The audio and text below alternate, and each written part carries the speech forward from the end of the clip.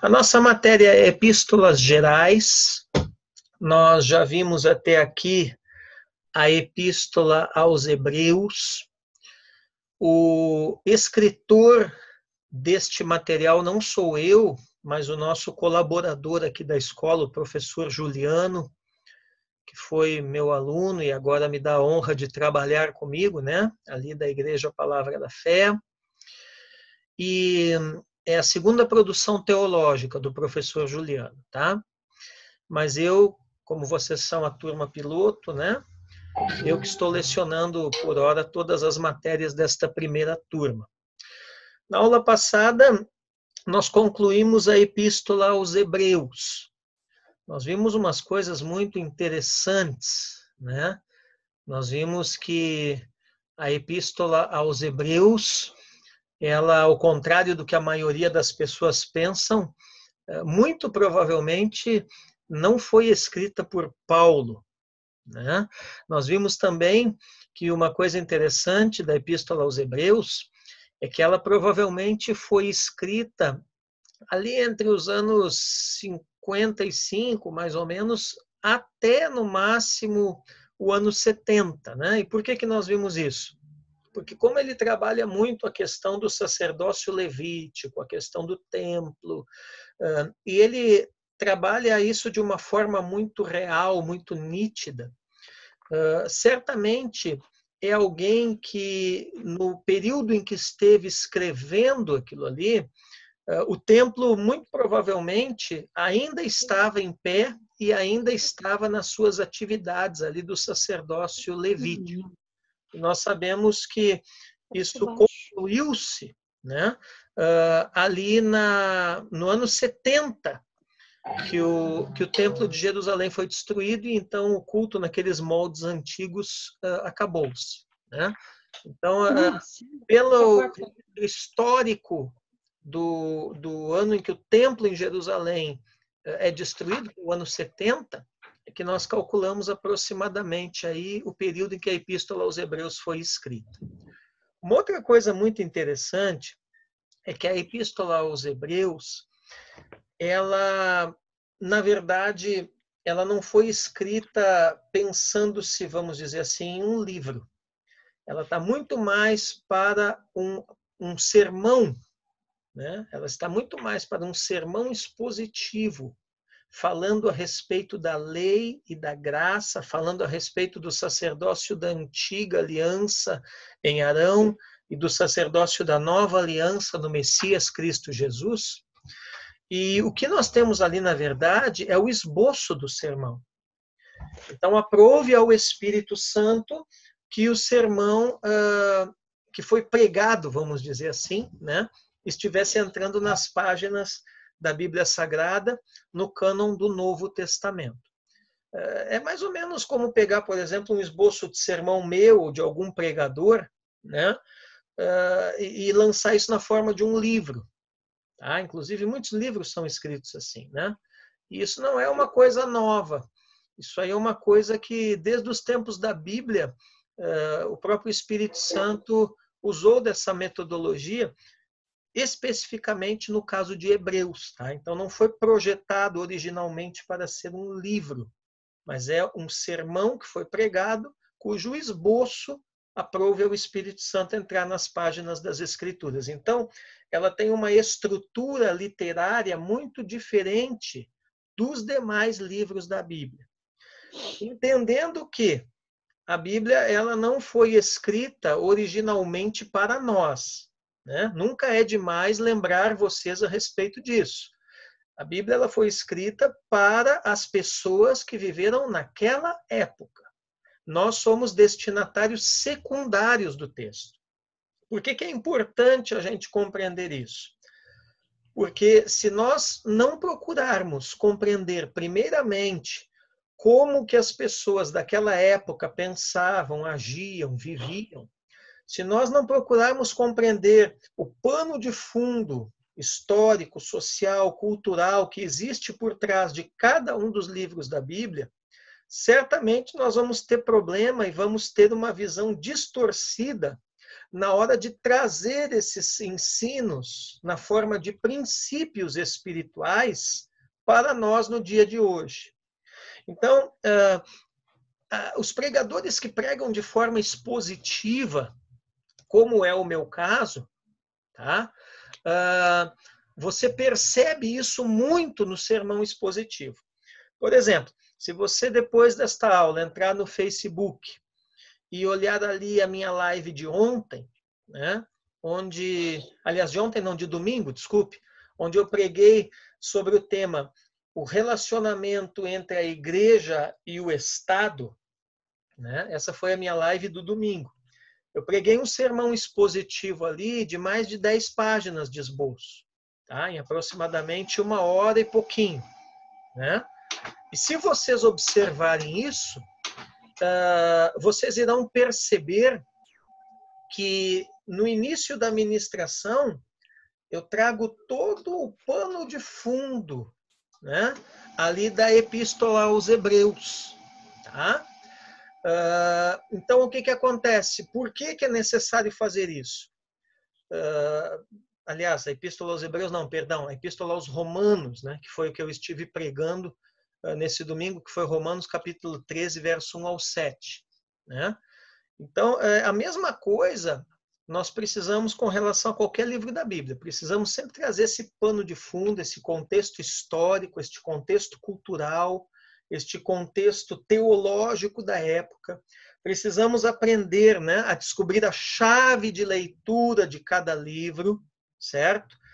E é por isso que o curso teológico é fundamental na vida de todos nós, porque são as ferramentas da teologia, o Fábio, que nos proporcionam descobrir essas coisas. Né? Entendeu, irmão de Santos? São as ferramentas da teologia que nos proporcionam descobrir qual é a chave de leitura do livro. Né? Que nos procuram estabelecer, pastor Adoni, que também está me assistindo, né? Qual o contexto cultural. Né? Por exemplo, as epístolas lá de João, né? Que depois nós vamos ver aqui, não tem como você entender o que João escreve ali se você não entender o contexto da heresia gnóstica, contra a qual eles estavam combatendo lá na igreja primitiva no primeiro século. Tá? Hebreus não tem como você compreender, né? Deixa eu... Okay. Hebreus não tem como você compreender sem você entender todo aquele contexto do sacerdócio levítico que ainda estava atuando lá na questão do templo no período em que a epístola foi escrita. Ok? Muito bem, posto isto, vamos entrar então na epístola aqui de Tiago, tá? Mais especificamente na noite de hoje. Amém? Tudo bem até aqui, pessoal? Faz um joinha aí, se estão me ouvindo bem, estão entendendo bem. Tá? Tudo bem aí, Karina? Joinha? Então, beleza. Muito bem. Irmã Joias, bem-vinda. Então, Epístola de Tiago, amados. Tá? 5 capítulos, 108 versículos. Ok? Muito bem. Bom, quando nós falamos de Tiago, nós vamos falar daquela epístola que o reformador Martinho Lutero não gostava. Eu estava falando sobre isso com o apóstolo Emerson hoje à tarde, aqui pelo WhatsApp, né? Eu falei para ele, vou dar aula sobre epístolas gerais, né? Ele disse, qual que você vai trabalhar hoje? Eu vou trabalhar Tiago. Ele disse, epístola de palha. Por que Tiago é conhecida como epístola de palha? Né? Porque o Martinho Lutero, pai da Reforma Protestante, que deu esse apelido para esse livro da Bíblia, porque ele não gostava muito. Ele achava que Tiago era uma carta que falava muito sobre obras, e ele tinha medo, então, que os cristãos retornassem àquele pensamento antigo do catolicismo romano de que a salvação poderia se dar através das obras. Então, Lutero era bem antipático com esta carta aqui, né? Ele era fã número 1 de Romanos. Para ele, o livro mais importante da Bíblia, né, era Romanos, mas para ele, a Epístola de Tiago era uma carta que, na opinião dele, nem deveria constar na Bíblia.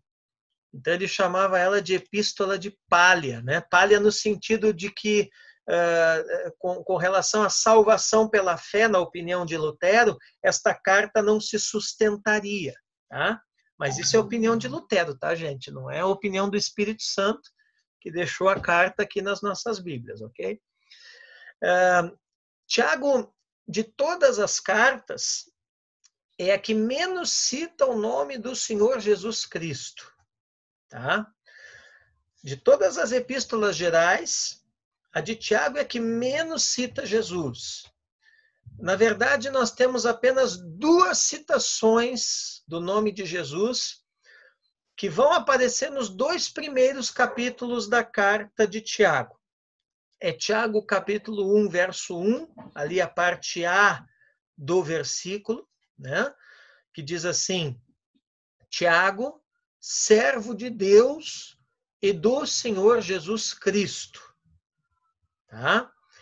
Se você está aí com a sua Bíblia aberta, o que é muito importante, né? Você pode sublinhar esses versículos. Tiago, capítulo 1, verso 1, a parte A do versículo é onde aparece na epístola de Tiago o nome de Jesus pela primeira vez.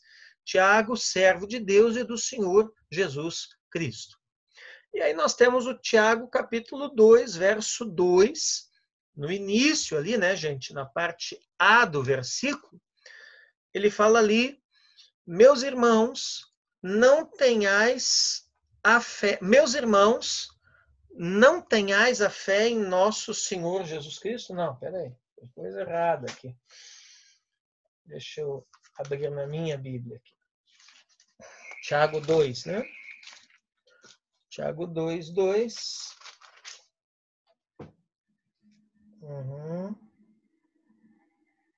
Ah, tá. Eu vou ler numa tradução aqui que está melhor, que ali ficou meio esquisito. Meus irmãos, vocês não podem ter fé em nosso Senhor Jesus Cristo, o Senhor da glória, e ao mesmo tempo tratar as pessoas com parcialidade. Tá? É que a tradução que o professor Juliano usou aqui é meio esquisita, né? Aí você pega só o início do versículo, fica mais esquisito ainda, né? Meus irmãos, não tenhais a fé em nosso Jesus Cristo. Parece que ele está mandando a gente ser incrédulo, né? Mas não é isso, tá? Vocês leem o versículo por inteiro, vocês vão ver que não é isso que ele está falando aqui. Mas, enfim, o que nos interessa não é a questão aqui do significado desse versículo, mas sim que o nome de Jesus Cristo aparece ali pela segunda vez na epístola de Tiago, ok? Bom, em comparação com as cartas de Paulo, tá? Onde o nome de Jesus vai ser citado 221 vezes. Da epístola de Paulo aos Romanos, tá? Até 2 Tessalonicenses e Filemon, o nome de Jesus é citado 221 vezes nas cartas de Paulo. Em contrapartida, em Paulo aparece, em Tiago, em contrapartida, em Tiago aparece 2 vezes, né? Então, o que isso revela? Isso revela uma particularidade de Tiago. Por quê? Porque esse Tiago que escreveu aqui, depois nós vamos ver mais adiante nesta aula, é o mesmo, né? Esse Tiago aqui é o mesmo Tiago, irmão do Senhor Jesus. Tá? Então, o Tiago, autor desta carta, é o Tiago, irmão de Jesus. Irmão, meio-irmão, na verdade. Né? Meio-irmão de Jesus. Tá? Muito bem, vamos adiante. Comentarista bíblico, Dr. Winkler, escreveu: das expressões de sua carta, ele mostra uma notável semelhança familiar com aquele grande pregador que deu ao mundo o Sermão da Montanha. Tiago também usa o estilo didático, sentenças precisamente proverbiais e uma variedade de ilustrações e exemplos, como a melhor maneira de interessar e instruir a mente popular. Então, o que esse comentarista está nos chamando a atenção aqui, né? Primeiro, que Tiago trata a pessoa de Jesus na sua epístola com muita familiaridade, com muita intimidade. Por que é importante notar isso? Porque, de fato, isso reforça a tese de que o autor, esse Tiago, escritor dessa epístola, é, de fato, meio-irmão de Jesus. Então, por isso, ele tem muita familiaridade com o Senhor. Tá? Outra coisa, o estilo que o Tiago usa, até mesmo pela convivência dele, né, dentro da família de Jesus, como meio-irmão de Jesus, né, é o mesmo estilo de Jesus, ou seja, um estilo didático, né, um estilo de ensino. Né? E vocês vão perceber aqui que ele trabalha também muito a questão de provérbios, né? Ele tem muitas ilustrações, como, por exemplo, aquela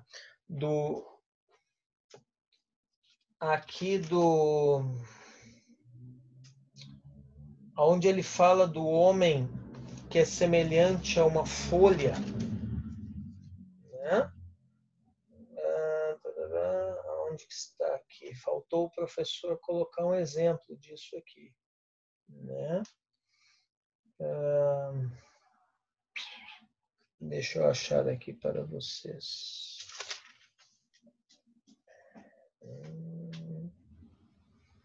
Aqui, né? Tiago 1, verso 6, né? Ele diz assim: peça, porém, com fé, em nada duvidando, pois o que duvida é semelhante à onda do mar, impelida e agitada pelo vento. Né? Então, você vai ver na carta de Tiago muitas comparações assim, tá? Ou seja, são ilustrações que o apóstolo Tiago vai usando. Tá? E tudo isso é aquele estilo ali de Jesus, né? No sentido, você vê que o mesmo estilo de ensino de Jesus é o estilo de ensino de Tiago. Volto a dizer, por quê? Porque há um relacionamento muito próximo, de fato, familiar, né? Por Tiago ser o meio-irmão de Jesus. Tá? Tudo bem até aqui, pessoal? Podemos ir adiante? Faz um sinal aí para mim. Ok? Muito bem. Se alguém tem alguma pergunta, pode ativar o microfone e fazer a sua pergunta, tá? Ok. Muito bem, vamos adiante. Falta 9 minutos para fechar essa sala, tá? Então, quando fechar, basta vocês retornarem no mesmo link e vamos continuar a nossa aula. Muito bem. Observemos alguns desses estilos didáticos da Epístola de Tiago, na semelhança com os ensinos de Jesus, nos capítulos 5, 6 e 7 do Sermão da Montanha e em Marcos 6, 13. Então, agora aqui o professor, na apostila, ele vai começar a comparar o estilo de Jesus em alguns trechos do Sermão da Montanha, né? E em Marcos 6,13, tá? Com Tiago. Então, vamos começar ali, Sermão da Montanha, ali em Mateus capítulo 7, verso 7. O texto está na apostila de vocês, né? Então, Jesus diz ali o seguinte: pedi, dar-se-vos-á, buscai e achareis, batei e abrir-se-vos-á. Mateus 7, 7. Se você olhar a epístola de Tiago, em Tiago 1,5, né, tem uma coisa parecida aqui. Ó. Tiago 1,5 diz: se, porém, algum de vós necessita de sabedoria, peça a Deus, que a todos dá liberalmente, e nada lhes impropera, ou seja, nada lhes retém, né? e ser-lhe-á concedida. Você vê que parece que é uma extensão do que Jesus fala no Sermão da Montanha, né? No Sermão da Montanha ele diz, para pedir que será dado. E em Tiago 1,5 ele diz que se alguém pedir, também lhe será dado. No caso, o quê? Sabedoria. Ok? Uma outra, tá? Isso aqui é o estilo didático da carta, tá? Uma outra comparação, ó. Você pegar ali o Sermão da Montanha em Mateus 7,24, tá? Mateus ali 7,24, ele diz assim, ó, todo aquele, pois, que ouve estas palavras e as pratica, será comparado a um homem prudente que edificou a sua casa sobre a rocha. Mateus 7,24, né? Pratica.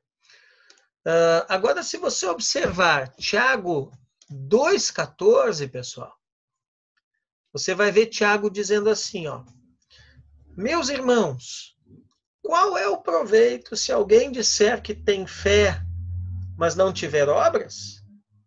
Pode, acaso, semelhante fé salvá-lo? A pergunta que ele faz, né? Então, você veja, Jesus está falando de ouvir, né? Ou seja, ter fé e praticar. E depois Tiago vai falar na mesma linha, né? De ter fé, mas também ter prática, também ter obras. Deu para entender? Ok? Então, é nessa linha aqui que a coisa funciona, tá? Vamos ver outra aqui, ó, outra comparação dos estilos de Jesus. Na verdade, o que o professor Juliano está querendo levar vocês a entenderem é o seguinte, é a similaridade dos estilos de Jesus e Tiago. Tudo isso para reforçar o fato, quando nós formos estudar mais adiante lá a autoria da carta, de que o Tiago que escreveu é de fato meio-irmão de Jesus. Eles conviviam tão próximos, tão junto, tão perto, dentro da mesma casa, na verdade, né? Na mesma família, que os estilos de ensino, de fala, enfim, são semelhantes. Tá? Então, o Sermão da Montanha, olha, uma outra comparação. Mateus 7,16, né? Diz assim, ó, pelos seus frutos os conhecereis. Colhem-se, porventura, uvas dos espinheiros ou figos dos abrolhos? Mateus 7,16. Se você pegar Tiago 3,12, vai estar escrito assim, ó.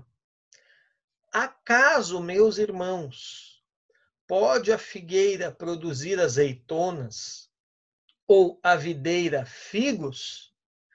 Tampouco fonte de água salgada pode dar água doce. Então, olha só aqui, irmãos, que interessante. Ó. Qual é o princípio aqui? Né? Assim como lá no Sermão do Monte, o Senhor Jesus está falando o quê? Né? Que cada planta vai produzir conforme a sua espécie, e se isso não acontecer, alguma coisa está errada, da mesma forma, Tiago está mostrando isso também, que cada planta tem que produzir conforme a sua espécie. Nós sabemos que tanto Jesus quanto Tiago estão usando aqui, né, essa metáfora, essa simbologia das plantas para referir-se a pessoas. Né? No fundo, tanto Jesus quanto Tiago estão mostrando o seguinte, que assim como uma planta só pode produzir conforme a sua espécie, senão algo está errado com ela, da mesma forma as pessoas só podem produzir conforme a espécie do seu coração. Né? Por quê? Porque não tem como disfarçar isso. Né? Quando alguém tenta disfarçar e o seu coração é uma coisa e a sua produção é outra, alguma coisa errada está acontecendo. E isso rapidamente será percebido pelas pessoas ao seu redor. Ok? Então, essa é a ideia, né, que está aqui por detrás disso. Tá? Muito bem. Vamos observar agora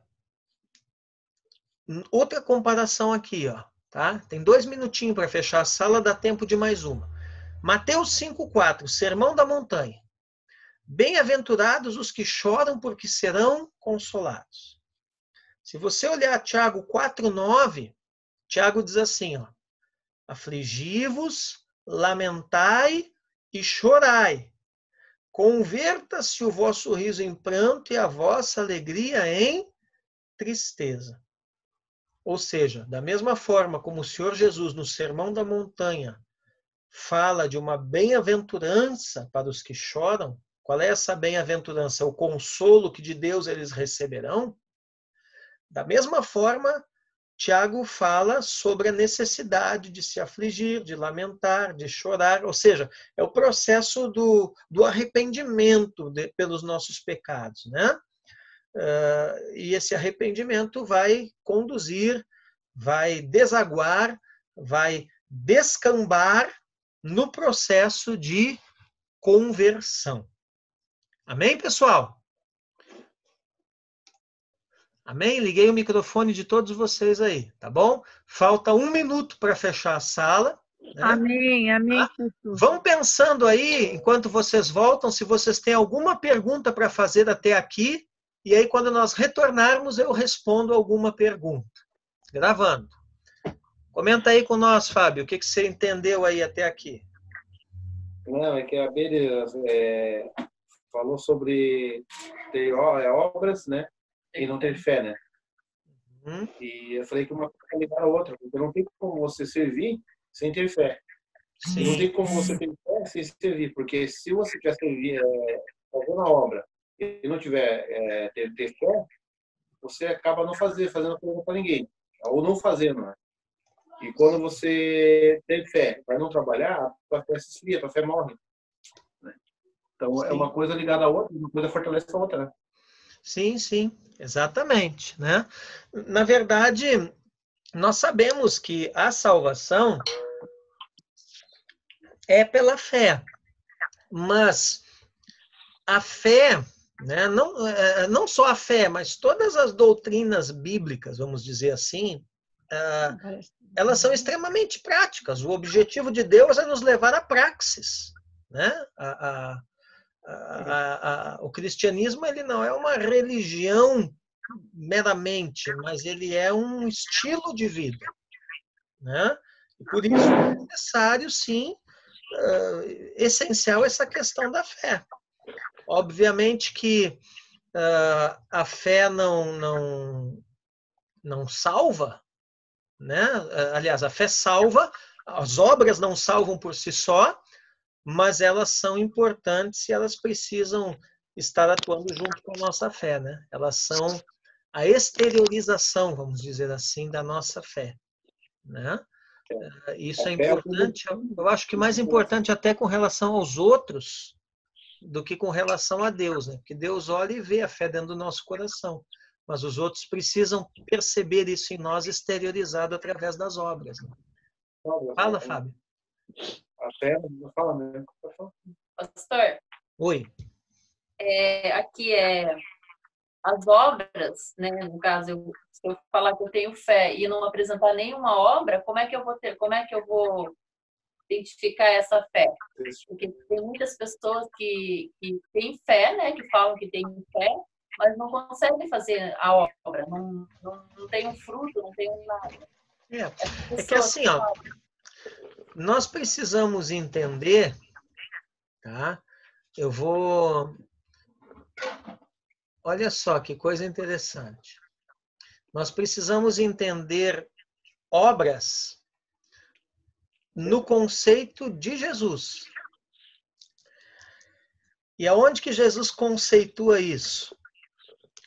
Quando alguém pergunta para ele assim, ó, mestre, o que nós precisamos para fazer a obra de Deus? Né? E ele responde assim, a obra de Deus é esta, que creiais naquele que da parte do Pai vos foi enviado. Então, ao mesmo tempo que a fé ela é salvadora, vamos dizer assim, o conceito de fé, né? A experiência de fé, né? A fé, deixa eu usar um termo aqui mais técnico, a fé, aquela fé metafísica. Tá? Mas, ao mesmo tempo, Jesus diz que a obra de Deus é crer. Então, porque a gente tem na nossa cabeça muito associado obra de Deus com ativismo, com fazer coisas. Né? Claro que nós fazemos coisas em Deus e para Deus. Ok? Mas a primeira obra de Deus é nós sermos um crente de verdade, crer naquele que da parte do Pai vos foi enviado, disse Jesus. E quem foi enviado da parte do Pai para nós? O Filho, né? O próprio Senhor Jesus. Tá? Então, assim, isso é uma coisa, né? Entendendo que a vida cristã é uma caminhada ou uma maratona, né? Uma corrida de longa distância, como eu já preguei. Né? E entendendo também o quê? Que a salvação, nós vamos aprender isso lá no nível médio, tá? Quando nós estudarmos lá a doutrina da salvação, lá em teologia sistemática, tá? Nós vamos entender o quê? Que a salvação, ela é processual. Tá? Lembre-se daquele versículo que diz assim, aquele que em vós começou a boa obra é poderoso para aperfeiçoá-la até o dia da sua vinda. Então, eu arrependi dos meus pecados, confessei Jesus como Senhor e Salvador, ali eu iniciei a minha caminhada no reino de Deus, e ali foi desencadeado o processo da aplicação da sabedoria, justiça, santificação, redenção do Senhor Jesus com relação à minha pessoa. Né? Ali o meu processo de salvação foi dado início. Tá? Mas, à medida que eu vou caminhando, esse processo vai sendo aprofundado, aperfeiçoado, cada vez mais, vamos dizer assim, refinado, tá? E, consequentemente, essas obras começarão também a fazer parte dessa realidade. Tá? Então, tipo assim, a Beriana está me olhando com uma cara, porque, na verdade, o que tu quer saber mesmo dessa minha conversa toda aqui é o seguinte, por que que tem gente que, aparentemente, pelo menos não tem obras? E o que eu estou tentando te fazer entender é o seguinte, tem gente que não tem obras. Por quê? Porque ele ainda é infantil ou imaturo na sua fé. Entende? Então, o que é... Ah, mas o cara tem 50 anos de igreja. Pode ter 50 anos de igreja. Não confunda tempo de igreja com maturidade de fé. Porque à medida que a pessoa for amadurecendo na fé, caminhando no reino, desenvolvendo o processo de salvação, essa questão de obras em Deus, né? No poder do Espírito Santo, na autoridade do Senhor Jesus, isso será uma coisa que irá como um desenvolvimento natural acontecendo na vida deste crente. Né? Pense em você mesmo, por exemplo. Quando você era infantil, quando você era pequeno, né? Quem é que faz mais obras? Né? É uma criança pequena, estou falando não de arte, estou falando de obra, né? Obra proveitosa. Né? Então, quando era uma berianinha lá, né? Ela não, vamos dizer assim, as suas obras não tinham assim tanta relevância, vamos dizer assim, no sentido de alcançar outras pessoas. Né? Agora que você já é adulta, é uma berianona, né? as tuas obras impactam outras pessoas, ou seja, impacta o teu marido, impacta os teus filhos, impactam os irmãos lá na igreja onde vocês exercem o ministério de vocês, entendeu? Impactam os vizinhos, mas por quê? Porque vocês já são adultos. A mesma coisa com relação à fé. Então, alguém que ainda é infantil na sua fé, ele pode não ter muitas obras, ou as obras que ele tem não são obras de um impacto, de uma relevância, vamos dizer assim, né? Devido à sua própria imaturidade espiritual. Mas à medida que ele vai amadurecendo, ele vai tendo obras cada vez mais relevantes, impactantes, né? E que vão influenciando no sentido de mudar, no sentido de transformar as pessoas à sua volta. Deu para entender, irmão de Santi? Positivo, pastor. Entendeu? Então é nesse sentido. Aí vocês veem como as coisas, né, gente? Hein, Mara? Está entendendo aí, Mara? Aí vocês veem como as coisas... Que não está ouvindo de novo? Ei, Mara, céu. Ela não... Deixa eu ver aqui. Cadê? Mara. Ela não liga o áudio. Ela não liga o áudio. Ela não consegue. Liga o áudio. Liga o áudio. Né? Alguém, viu, gente? Alguém fala para ela aí no grupo aí para ela ligar o áudio dela. Ela entra e não liga o áudio, ela fica só me vendo e não me escuta. Né? Aqui aparece para mim que ela está sem o áudio. Tem a Margarida Tomás? Mara. É? Da Mara? Isso, a Mara. Ela está no grupo ali. Avisa ela que ela ligue o áudio, senão não tem como ela me escutar. Né? Ei, professor. Oi. Aqui em Hebreus 5:13 fala: porque qualquer ainda se alimenta de leite, não está experimentado a palavra da justiça. Porque é menino. Então, aquele que é, vamos supor assim, que está caminhando, né? Que é novinho ainda, né? Que não conhece bem a palavra. Esse não tem verdadeiro conhecimento, né? É como se estivesse bebendo leitinho ainda. Sim. Mas aquele que já está bem avançado, né? E aqui diz, né? Comendo comida sólida, e já tem mais conhecimento. Sim, exatamente. É nisso aí. Né? E esse avançado comendo comida sólida é o cara que está amadurecendo espiritualmente. Ele vai ter mais obras. Ah, entendi. Entendeu? Você percebe, irmão de Santi? Entendeu, Fábio? Pastora? Quer dizer, está tudo relacionado, irmãos. Né? Então você percebe aqui, ó, que a fé, né, ela está conectada com as obras, no sentido de que Jesus fala que a obra maior é exatamente ter fé. Ok? E você vê que a fé e as obras, elas estão conectadas também com a maturidade espiritual de cada um. Isso aí tem a ver até com a doutrina da santidade, né? Porque quanto mais eu santifico, mais eu amadureço. Então, é aquilo que eu sempre falo para vocês. Nós temos que pensar nas doutrinas bíblicas como um universo de coisas. Nós estudamos elas de forma fragmentada, mas nós temos que conseguir perceber essa conexão, né? Essa integração que as várias doutrinas da Bíblia possuem. Ok? Entendeu aí, irmão de Santi? Pastora? Ficou claro? As coisas caminham juntas. Oi? Essas coisas caminham juntas. Essas coisas caminham juntas. Caminham juntas, exatamente. Né? Deu aí para entender, Karina? Só um pouquinho. Oi? Então, seria certo, então, entender assim que também frutos do Espírito na nossa vida?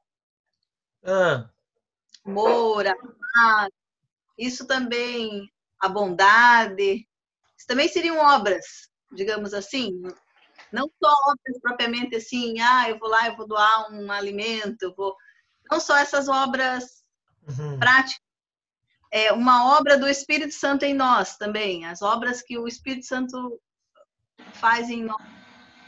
Certo. Agora foi. Pelo próximo, e os frutos do Espírito, né? Certo. Por isso, eu acredito um pouco assim, por causa que a fé sem obras, né? Você pode ter fé em Deus e não ter os frutos do Espírito, né? Sim. Isso que tu colocou é muito bem colocado, porque tu está chamando a atenção da gente para um ponto até que eu não tinha me apercebido. Porque obras, normalmente nós pensamos só em obras externas, né? Fazer isso, fazer aquilo e aquilo outro. Mas há uma obra interna. E essa obra interna, né, de repente tu vai dizer, mas essa aí depende de Deus. Mas não depende só de Deus. Porque, por exemplo, se eu não quiser e não deixar, né, Deus vai me respeitar e não vai forçar a produção de um fruto do Espírito dentro do meu espírito, dentro do meu coração. Né? Então, existem obras externas, que são aquelas obras, tu mesmo colocou, vamos dar um exemplo assim, bem simples, né? Que seria a caridade, a beneficência, o auxílio ao próximo, esse tipo de coisa assim, né? E as obras internas, que são aquelas que o Espírito Santo produz em nós, né? Teologicamente chamado na Bíblia de frutos do Espírito, né?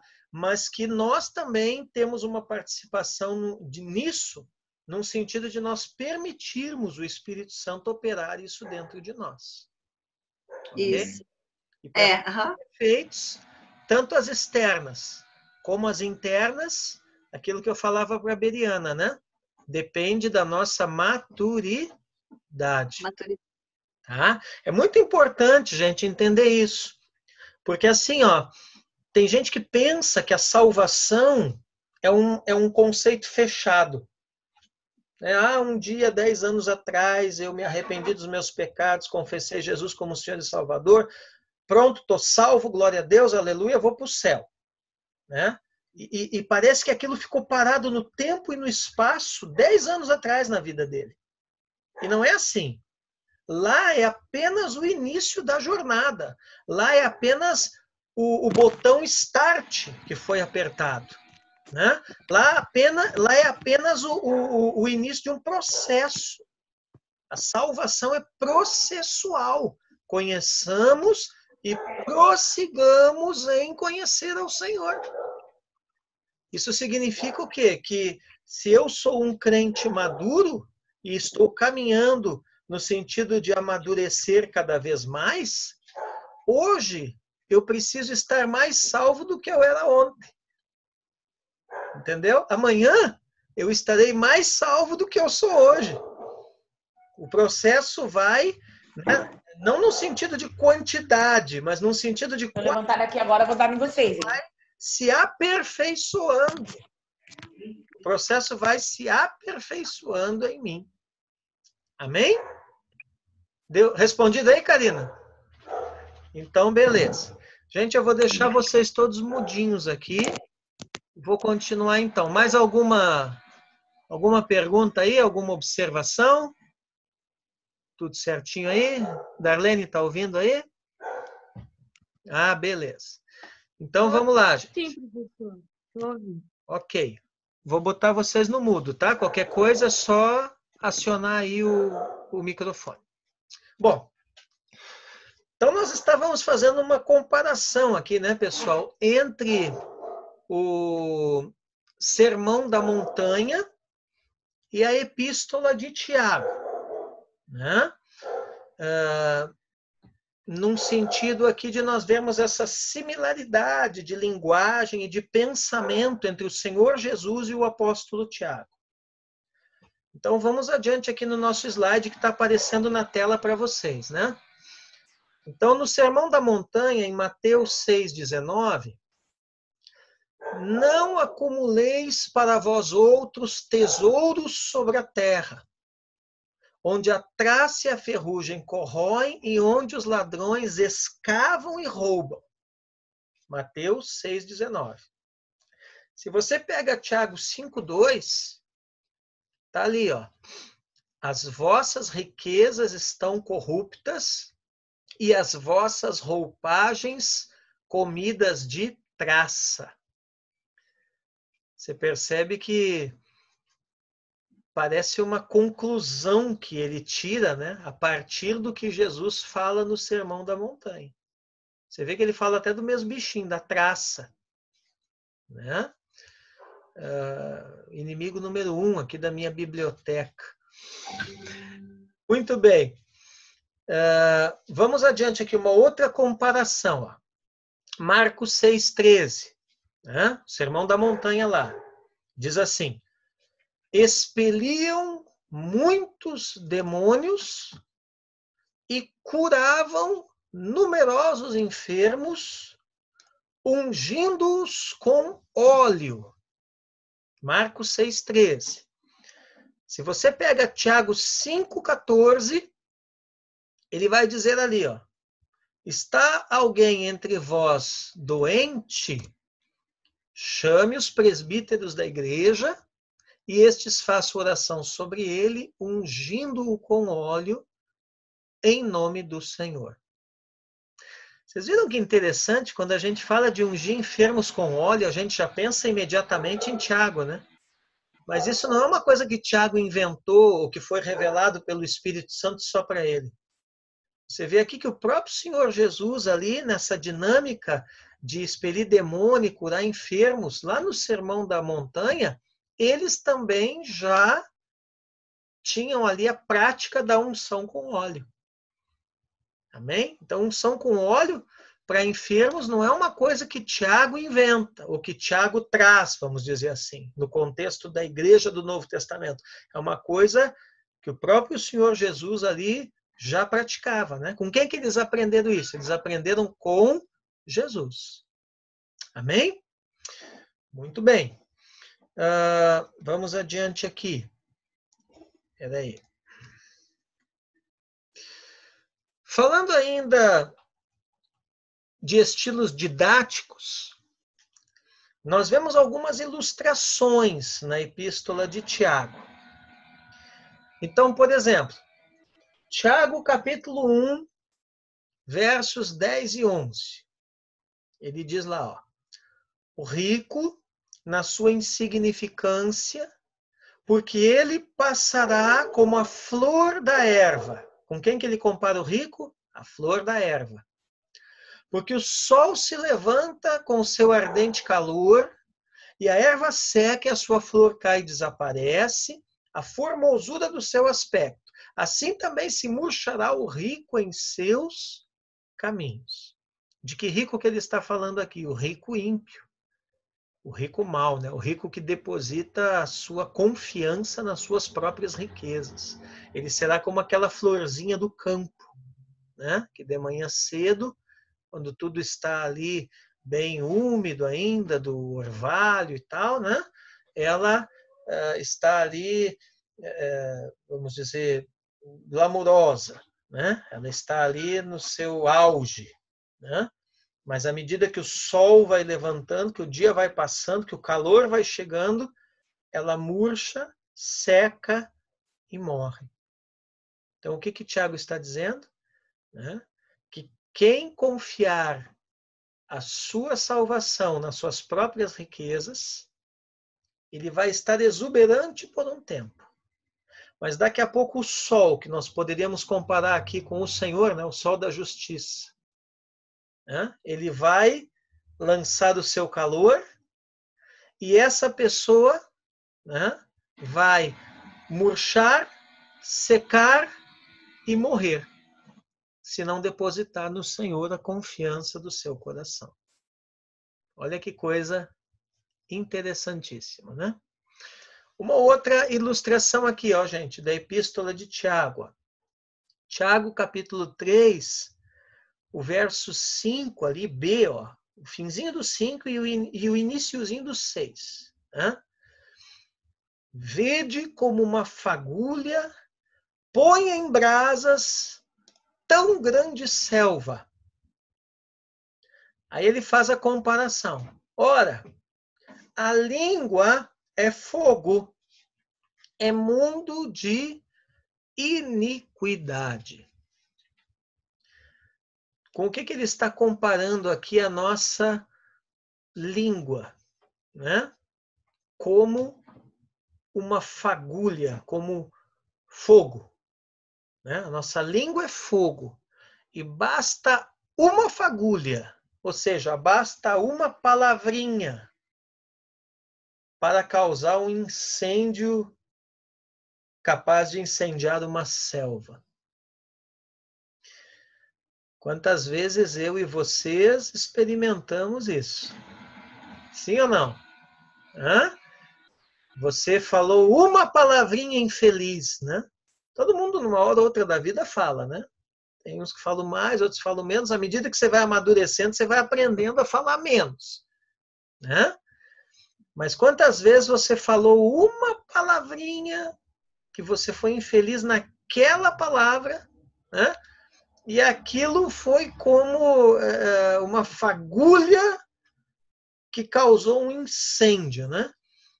De repente, uma pessoa entendeu errado o que você falou e já passou para outra, que já falou para outra, e o negócio já virou um forfé, como diz o outro, né? Certamente todos vocês aqui já passaram essa situação. Na igreja, então, eu acho que isso aí só acontece na Betel. Na Palavra da Fé, na minha igreja, não acontece isso daí. Não sei. Né? A Carisa está fazendo assim, que não, né? Só muda o endereço, né, irmãos? Né? Ah, entendi. É na sua célula que nunca acontece isso daí, só na minha. Né? Então, aqui é uma ilustração que o Tiago está usando. Tá? Isso tudo faz parte do estilo didático, do estilo de ensino. Vamos ver outra aqui, ó. Tiago 5, versos 2 e 3. Ele vai dizer assim, ó: as vossas riquezas estão corruptas e as vossas roupagens comidas de traças. O vosso ouro e a vossa prata foram gastos de ferrugens, e a sua ferrugem há de ser testemunho contra vós mesmos e há de devorar como fogo as vossas carnes. Aqui o negócio já é mais complexo, né, pessoal? Aqui a ilustração já é mais elaborada. Você vê que ele fala das riquezas corrompidas e compara essas riquezas corrompidas com roupa furada de traça, né? É a primeira comparação que ele faz aqui. As riquezas corrompidas com uma roupa furada de traça, né? Aí depois ele diz o seguinte, que essas riquezas corrompidas, elas vão depor contra a pessoa, né? No caso, a pessoa que confia só nas suas riquezas, né? E elas vão devorar essa pessoa como um fogo queima uma carne. Qual é o princípio por trás deste versículo aqui? Né? É que a pessoa que confia nas suas próprias riquezas, primeiro as riquezas se corrompem. E depois as riquezas corrompidas vão corromper aquela pessoa. Então é uma corrupção em dois estágios aqui. Né? Se eu sou um cara que confio só nas minhas próprias riquezas, só na força do meu próprio braço, né? Qual é a tendência disso aí? É isso aí acabar se corrompendo. Né? E se eu não perceber isso, por fim, isso aí vai me corromper.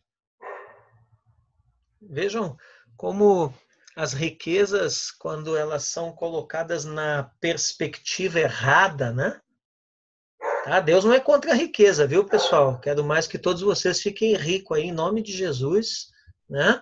E venham tudo ofertar ali na minha igreja, tá? Amém. Glória a Deus. Então Deus não é contra as riquezas, né? Deus não é contra o rico. O mesmo Deus que criou o pobre, criou também o rico. Tá? O que Deus nos alerta aqui é o mau uso das riquezas.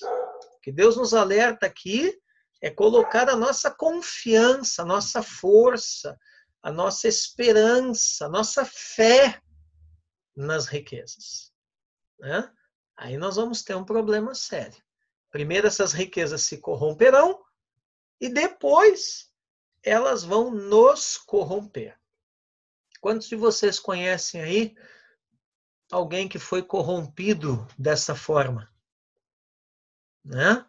Eu me lembro uma pessoa que congregou na nossa igreja, né? A pastora está assistindo, ela vai lembrar de quem que eu estou falando. Né? Esse rapaz hoje, pelo que eu saiba, graças a Deus, ele está numa outra igreja, até aí dos Guardiões, sabe? Mas é um moço que congregou muito tempo na nossa igreja, e andou depois muito tempo desviado, e depois saiu da igreja, largou da mulher, a vida virou dos avessos. Né? E esse moço, quando ele veio para a igreja, ele trabalhava com esse negócio de formulação de adubo e tal, né? Esse negócio de como é que se diz? Ele tinha um comércio que trabalhava com aquelas coisas lá do porto lá de Santos, que é aqueles restos, né? Que o pessoal, não sei se comprava, vendia, o que acontecia lá, que fazia adubo com aquilo ali, né? E ele tinha um barracão, ele chegou a ter barracão, ter caminhões, e eu acho que no auge dele ele devia ter lá uns 20 empregados, tudo com carteira assinada e tal, né? E era um cara que vivia com o bolso cheio de dinheiro. Eu me lembro que ele andava com uma pochete, assim, ele tirava maço grosso assim de dinheiro, cheque, não sei o quê, não sei o quê, não sei o quê, né? Porém, dízimo que é bom e oferta também never. Né? A gente orava para Deus abençoar ele, para ele prosperar, amém, né? Mas na hora de dizimar e ofertar, né? Eu acho que ele esquecia de Deus. Mas não é disso que eu quero falar. O que aconteceu? Eu fui percebendo, né? Quando ele não tinha nada, o cara estava nos cultos, o cara estava nos grupos, o cara estava nas orações, né? E aí ele foi crescendo, crescendo e crescendo, e a empresa lá, a microempresa dele foi crescendo, e começou dinheiro, né? E eu percebi que proporcional a isso foi a queda espiritual dele. E com a queda espiritual dele veio a queda familiar, no casamento, né? Nos filhos. Tá? Então, o que aconteceu? Né? Depois nós fomos descobrir, até depois que ele saiu da igreja, que tinha até umas coisas também que ele nem deveria estar fazendo, que ele tinha feito. Né? Então, o que acontece? Ele se tornou tão confiante naquilo ali, né? Eu me lembro que nos últimos tempos dele, eu dizia, cuidado, fulano, isso daí vai te dar problema. Não, tem um advogado bom e tal, doutor fulano, não sei o quê, e o cara vai lá e me livra. Né? Enfim, ele se incomodou muito. Eu não vou ficar dando detalhes aqui da história, mas o que acontece? É o cara que as riquezas dele se corromperam, depois as riquezas corromperam ele, né? Ele abandonou a mulher, os filhos viraram tudo do avesso, a empresa se acabou, né? Depois ele passou a empresa para o nome da mãe dele, aí deu problema também, o nome da mãe também foi para o saco, né? Enfim, aí andou desviado, né? Pelo que eu sei agora, ele está numa das igrejas aí, até de um colega aí dos Guardiões, tentando recuperar a vida, tentando se levantar de novo. Mas é um cara assim cujas riquezas, infelizmente, né, acabaram corrompendo ele. Tá bom? Muito bem. Vamos adiante aqui. Alguém tem alguma pergunta? Ou quer falar alguma coisa? Pode ligar seu microfone e falar. Tudo tranquilo aí, pastora? Tudo jóia? Darlene? Ok. Fábio, Beriana? Tudo. Muito bem. Pastor, Oi, sim, pois não? tá muito Oi? Não, tô falando que tá muito bom, assim, a transmissão aqui, não sei se dá para a sua transmissão tá muito boa aqui, para mim, assim, eu tô gostando da aula, dá para pegar bem o que o senhor tá falando, assim, tá bem claro. Ai, que bom. Glória a Deus, então. Fico feliz. Tá bom? Que vocês aproveitem bastante aí. Fiquei até com... Oi? Professor, fiquei até com vontade de voltar a estudar. Se desse para estudar assim online, para mim, eu tenho interesse de dá para a gente ver se teria como. Sim. Porque eu estou gostando, assim, para mim está sendo bem produtiva. Entendi. Vamos pensar, né? Quem sabe aí para esses alunos, como é o teu caso, que tiveram dificuldade de continuar no presencial, né? Quem sabe a gente não tem, né, depois alguma coisa nesse sentido aí, tá bom? Né? Esses tipo a Karina também, assim, que não vai para o presencial, né, Karina? Eu gostei assim também, pastor. Então tá bom. Mas nós vamos pensar nisso aí mais adiante, né? Para esse pessoal que tem essa dificuldade, né?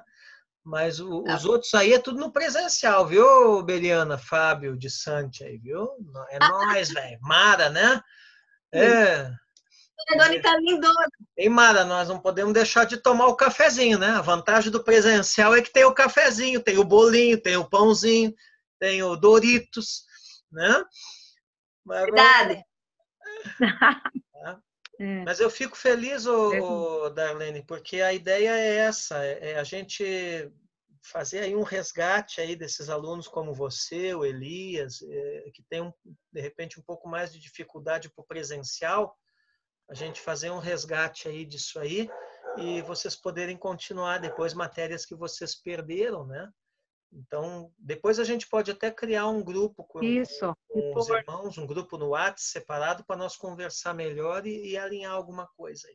Tá bom? Tá bom. Então, vamos lá. Tá bom. Tudo bem até aqui, gente? Eu tenho ainda 3 minutos, e 3 minutos dá mais um slide. Ai, meu Deus! Mara, mulher, é simples. Você entra e liga o microfonezinho. Mas eu fico apertando ali e não dá nada. Mas você não aperta em cima do microfone. Quando você põe o dedo no microfone, não aparece um balãozinho em cima? Não, mas meu problema não é no microfone, meu problema é no ouvir. Que daí ele eu não consigo ouvir o senhor no começo da aula. Por quê? Porque se tu não ativar o teu áudio, tu não vai falar e nem ouvir, mulher. Tu tem que ativar o áudio. Tem que apertar em cima do fonezinho. Isso, tu aperta um fonezinho que aparece. Isso mesmo, eu aperto e a bombada não quer passar. Tá, mas tu aperta no fonezinho, não aparece um balãozinho em cima dele a hora que tu aperta? Não. Uma legenda? Não, tu apertar no fonezinho, aparecer a legenda, tu aperta na legenda. Isso, exatamente. Entendeu? Tu aperta na legenda. Tá, vamos lá. Tem que apertar para dar resultado, senão ele trava o sistema. Isso, tem que apertar na legenda, não no microfone. O microfone, o desenho do microfone está ali só para indicar que ali é o áudio. Então, tu clicou nele, vai aparecer uma legenda em cima. Apertou então, na legenda. É que o meu, quando eu entro, não aparece o microfone. O meu aparece o fone, o desenho de um fone, assim. Sabe? Isso, mas é isso aí. É isso aí. Ah, tá. É o fone. Tá bom? Vamos lá. Bom. Ainda bem que terça-feira já acaba esse próximo. Pra mim não dá essa coisa aqui. Viu? Tem uns que gostam, outros já não são chegados, né? Eu gosto lá na cara mesmo, olho no olho. Bom. Vamos lá. A pastora da Roselane. Da boa, hein? Tudo deitado na cama aí. Eita lá. Vamos lá. Então, o Tiago vai citar na sua carta, pessoal, passagens do Antigo Testamento, tá? E principalmente passagens de Provérbios, Jó, Salmos, Gênesis e Levítico. Então, esses 5 livros aqui, Provérbios, Jó, Salmos, Gênesis e Levítico, são os principais livros que Tiago cita na sua carta. Tá? Quando nós voltar agora na próxima sala, nós vamos começar a ler os versículos onde essas citações aparecem, porque está aparecendo aqui que vai encerrar em menos de 1 minuto.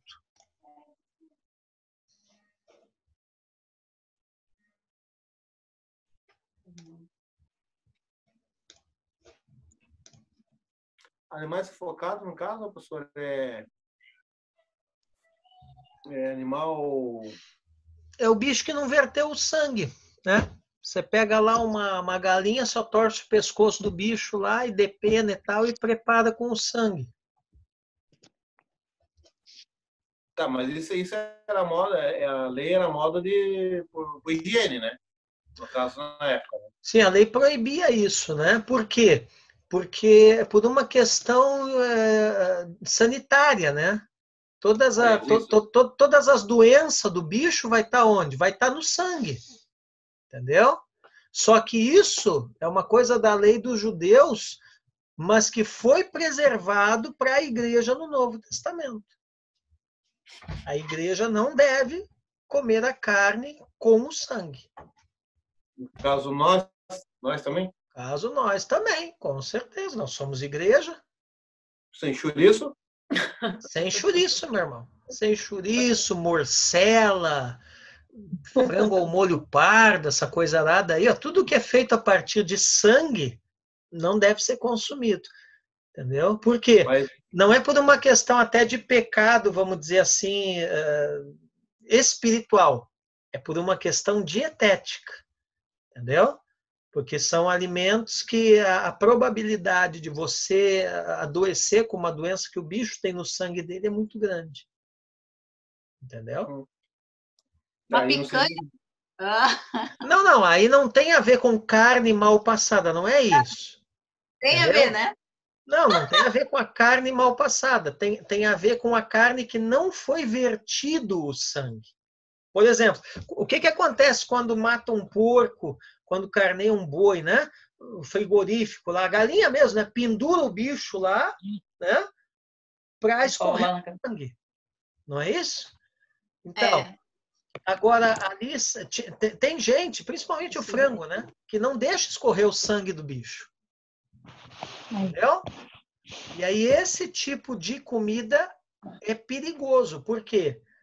Porque a enfermidade que há no sangue vai ficar ali, vai contaminar a carne. Por questão de saúde. Por uma questão de saúde, né? Não que aquilo é pecado. Não que isso seria pecado. Sim. Agora, veja bem. Aí nós vamos por comparação. Tá? Vamos fazer uma comparação. Você perceba uma coisa aqui. Você vê que ele coloca, junto com outras coisas, que de fato nós sabemos que são pecados e afetam, vamos dizer assim, mais diretamente o nosso espírito, né? Como, por exemplo, né? Os ídolos, a idolatria, né? Então, as relações sexuais ilícitas, né? Então, você vê ali, ó, que a carne de animal sufocado, a carne que não foi vertido sangue, e comer o próprio sangue do bicho, o apóstolo Tiago coloca aqui em Atos, junto com idolatria e relações sexuais ilícitas. Então, isso dá a entender o seguinte, que é uma coisa que afeta também a gente espiritualmente, assim como aquelas outras coisas afetam. Entendeu? Então, ele não fala diretamente, mas por dedução, você chega a essa conclusão. Entendeu? Aí você vai dizer assim, tá, mas tem por que tem muito crente que acaba fazendo isso, né? Porque, infelizmente, irmãos, muito crente não é ensinado a respeito dessas coisas na igreja. Eu não sei se você já viu esse tipo de ensino, né? Tem muitas igrejas que ensinam, mas tem muito crente que de repente nunca nem leu esse versículo aqui. Entendeu? Só que assim, ó, né? Tipo assim, você vai me perguntar, tá, mas e aí como é que fica, né? o cara que nunca foi ensinado ou nunca leu isso aqui, é um pecado de ignorância se ele está comendo sangue, por exemplo. Né? Agora, a partir do momento que participa de uma aula dessa aqui, ou é ensinado na igreja e tal, aí, meu irmão, chouriço nunca mais. Porque aí você está conhecendo, né? Fala, irmão de Santi. Pastor, do lado da casa da minha madrinha, existia um centro de umbanda, sei lá o que era aquilo ali. Uhum. Eles matavam animais e tomavam sangue quente. Quer dizer, o maligno compactua com esse tipo de coisa. Sim, exatamente. Exatamente. É interesse dele que os achegados dele, os súditos dele, tomem o sangue quente. Sim, exatamente. Então, tipo assim, o sangue aqui tem mais a ver com culto mesmo, né? Porque naquela época o paganismo era muito comum isso aí. E não se esqueçam que muitos dos nossos irmãos primitivos vinham do paganismo. Então era necessário esclarecer isso para eles, né? O sangue que você tomava lá no templo, não sei das quantas lá, agora não pode tomar mais, cara. Entendeu? Pode parecer meio louco para nós isso aí, né? Dizer, pô, quem não sabe isso, né? Para nós isso é óbvio, mas para eles naquela época tinha que ter esse esclarecimento. Entendeu? Mas a questão dietética também faz parte, porque ele fala do animal sufocado ali. Entendeu? Então são coisas da antiga aliança que ficaram, que os apóstolos acharam por bem que a igreja continuasse observando. Entendido aí, pessoal? Glória a Deus. Então, os comedores de chouriço ficaram tristes agora comigo. Fazer o quê? É a Bíblia, meu irmão. Não posso fazer nada. Chegar no céu lá, você briga com o Tiago, tá? Diz, pô, por que você foi falar isso, cara? Né? Muito bem. Vamos mais um pouquinho aqui, uns 10 minutinhos, nós vamos concluir a nossa aula. Peraí. Aqui. Outra coisa, a respeito de Tiago, líder da igreja em Jerusalém, Orlando Boyer, que é um grande comentarista aí das antigas, né, da Bíblia, ele diz assim, disse que foi apelidado de O Justo, porque era nazireu desde o nascimento e por causa de sua fiel aderência à lei judaica. Então, olha aqui uma coisa, ó, tá? Tiago, o Tiago vai aparecer assim, ó, às vezes a Bíblia vai citar Tiago, irmão do Senhor, e às vezes a Bíblia vai dizer Tiago, o justo. Tá? Então, está falando do mesmo cara.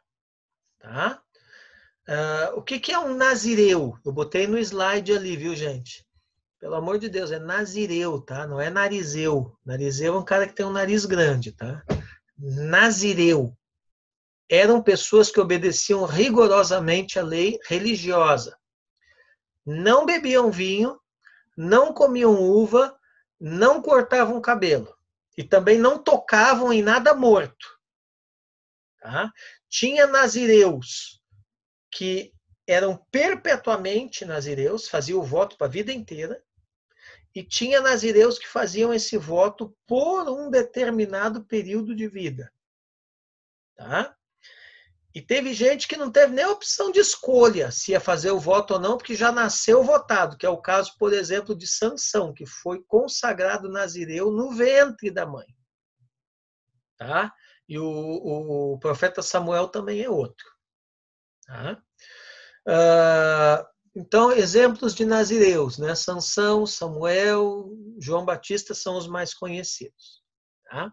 Isso é só uma palhinha para vocês entenderem o que é isso aqui. Então, Tiago, o justo, ou Tiago, meio-irmão do Senhor, era nazireu. E era um cara fortemente apegado à lei. Então, olha, né? Tipo assim, lá no Concílio de Jerusalém, se o cara fortemente apegado à lei disse, não, peraí, os não-judeus não precisam circuncidar. Quem mais quer ter autoridade para falar contra um cara desse? Ninguém. Então, os apóstolos foram espertos também de botar ele, né, para dirigir o concílio lá, para dirigir a reunião. Tá? Muito bem. Agora aqui, ó. Era um homem de oração e, segundo comentam alguns, orava até os joelhos ficarem duros ou inchados, como os de um camelo. Tá? Tiago, o modelo de fidelidade física e espiritual, ou seja, fiel à lei e dedicado à oração. Então, aqui nós temos um modelo para nós, né? Nós precisamos, sim, ser apegados à palavra e devemos, sim, ser dedicados à oração. Amém? Ok.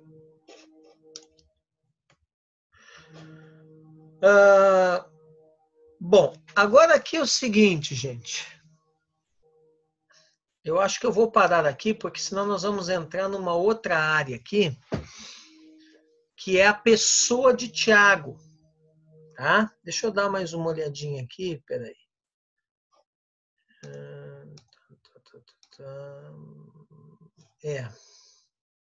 Aqui é mais complicado. Então, eu vou parar aqui, ó. Na próxima aula, tá? Eu vou falar sobre a pessoa de Tiago. Porque tem mais 3 Tiagos no Novo Testamento. Então, a próxima aula, que daí vai ser presencial, ao que tudo indica, né? Vai ser presencial ali na restauração. Aí eu vou falar dos Tiagos, tá? Porque tem gente que faz uma confusão danada com isso aqui no Novo Testamento. No Novo Testamento nós temos 4 Tiagos. Tem o Tiago, filho de Zebedeu, Karina. Tem o Tiago, filho de Alfeu. Tem o Tiago Justo, também conhecido como Tiago, irmão do Senhor, que é o autor da carta aqui, tá? E tem o Tiago, irmão de Judas, irmão de Santi. Olha que rolo. Lembra que Tiago era um nome muito conhecido, né? Muito popular, assim como Judas. Então, nós vamos ver na próxima aula quais as diferenças entre os 4 Tiagos. Olha que legal estudar teologia, hein? Aí quando alguém vier falar de Tiago para você, você joga o cabelo para o lado e diz, mas de que Tiago você está falando? É o filho de Zebedeu? É o filho de Alfeu? É o Tiago Justo? Ou é o Tiago, irmão de Judas? Né? Hein, Berena? Aí o cara te pergunta, meu Deus, mas como você sabe essas coisas? Aí você já fala, Gaditas Escola Teológica. Sinto muito. Né? Tá bom, pessoal? Então, nós vamos encerrar por aqui. Alguém marque aí para mim, por gentileza, o slide de número 67. Slide 67. Que página que parou aí? Alguém me... 20. Oi? 20. Então, slide 67, gente. Página 20 da nossa apostila. Tá bom? E, ó, vão se preparando para a próxima matéria, que será Panorama do Apocalipse. Será uma matéria apocalíptica na vida de vocês. Entendeu? Eu já escrevi, né? Andy Santi, vamos falar bastante para atiçar as bichas da Karina aqui. Né? Eu já escrevi umas 40 e poucas páginas dessa matéria. Tá? Panorama do Apocalipse. Meu irmão, nós vamos falar uns negócios muito loucos nessa matéria aí. Amém. Nós vamos estudar, Fábio, sobre os apocalipses apócrifos. Nós vamos estudar sobre a literatura apocalíptica do Antigo Testamento. Nós vamos estudar sobre os estilos apocalípticos de literatura, até nós chegar lá no Apocalipse de João. Eu vou começar do geral para o específico. E aí nós vamos ver um panorama do livro, meu irmão, as escolas de interpretação do Apocalipse. Meu Deus do céu, olha, imperdível essa matéria, viu? Vai ser bem. Amém? Amém. Vamos orar, que a pastora já deu o amém final, né? Cadê a cara dela? Amém. Eu já conheço, eu já sei como que é, né? Falou esse amém simpático, né? É um amém simpático, né, Mara? Então, quando ela... Então, vamos pedir que ela ore, né? Vocês concordam comigo? Um amém desse tem que orar para encerrar. Então, vamos orar com a pastora Doni aí, irmãos. Pode orar aí, pastor. Senhor Deus, queremos te agradecer, Pai, pelo privilégio e pela oportunidade que o Senhor tem nos dado de aprender mais das Escrituras. Senhor, obrigada pela vida de cada irmão, de cada pessoa amada, Senhor, deste curso. Que a tua bênção, Pai, que nos enriquece, não acrescenta dores, esteja sobre a vida de cada um, a sua casa, a sua família, os seus, Pai, e que nós possamos voltar, Senhor, terça-feira que vem, presencialmente, Deus, para estudar mais a tua palavra e para aprender mais, Senhor, com o teu Espírito Santo, através deste estudo. Então, Senhor, agora fica conosco, nos abençoa, nos guarde e nos livre de todo mal. Em nome de Jesus. Amém.